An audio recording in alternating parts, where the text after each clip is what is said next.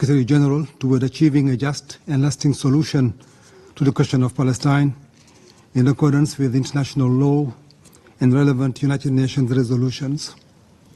In April, we urgently called on the Security Council to heed the General Assembly and the growing public demand for an immediate ceasefire in Gaza. Israel's relentless and disproportionate military actions in densely populated Gaza have caused more than 38,000 dead and 85,000 injured, while displacing over 1.9 million Palestinians.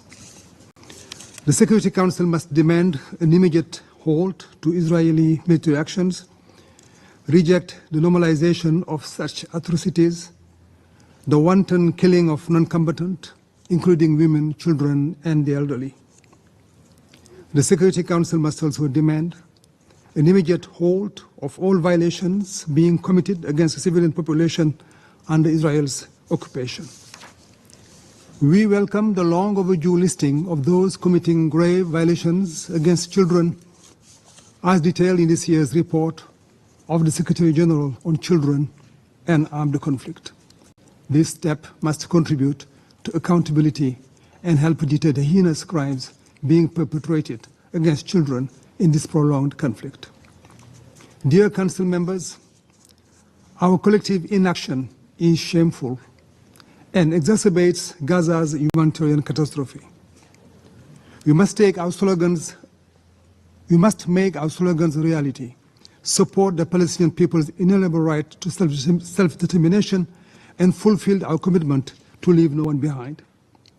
Women in Gaza, who are the majority of the victims, are bearing increased caregiving and domestic burdens in tents and makeshift shelters. The situation worsens daily as families are forced to move from one Israeli designated so-called safe zone to another, none of which being actually safe, as they are all targets of Israeli bombings. The majority of the 2.3 million Gazans are forced to live amid rubble and garbage. Scores of dead bodies lying around and a demolished sanitation system are heightening the risk of disease. Hunger is a painful reality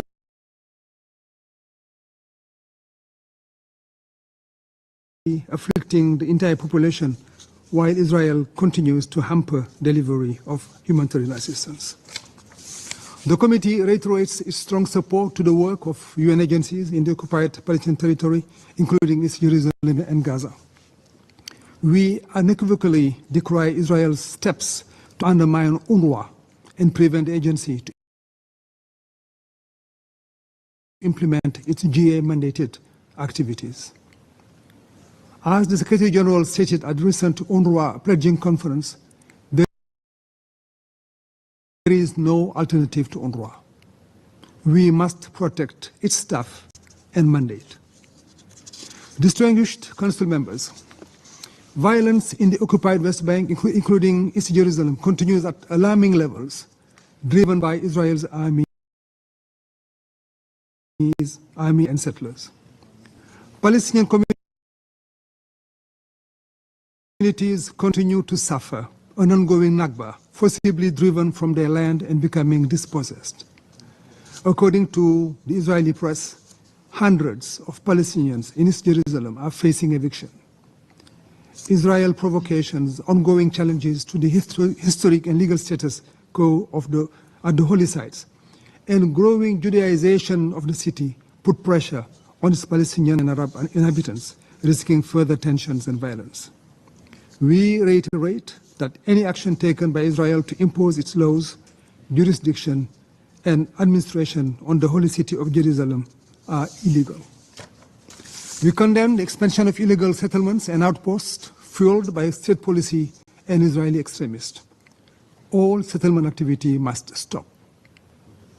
The committee acknowledges efforts by Egypt, Qatar, and the US to broker a ceasefire and the release of hostages.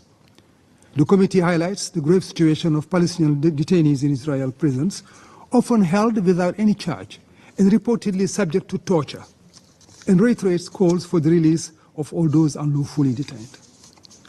As has been stated in this chamber many times, this conflict has wider ramifications.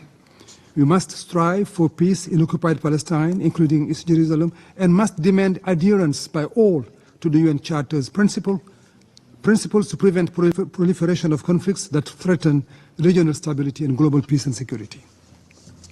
UN resolutions and international law are clear. As the occupying power, Israel has the obligation to protect Palestinian civilians. The committee calls for humanitarian access to assist the civilian population and without delay. The committee recently concluded delegation visit to CARICOM, ASEAN and the OIC to advocate for Palestinian rights. We warmly welcome the recent recognition of Palestine by Barbados, the Bahamas, Jamaica, and Trinidad and Tobago, as well as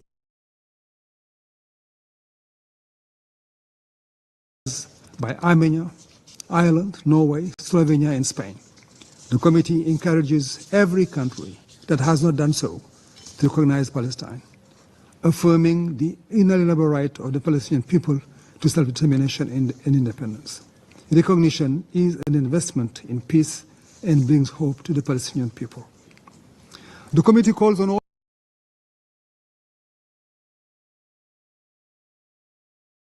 member states to adhere to all provisional measures ordered by the ICJ, including those addressing the risk of genocide in Gaza, initiated by South Africa and other member states who deserve our praise. Disregarding ICJ's orders undermines the international legal system and jeopardizes peace and security which this council must preserve. Earlier today, the ICJ issued its landmark advisory opinion on the legal consequences of Israel's policies and practices in the OPT, including East Jerusalem.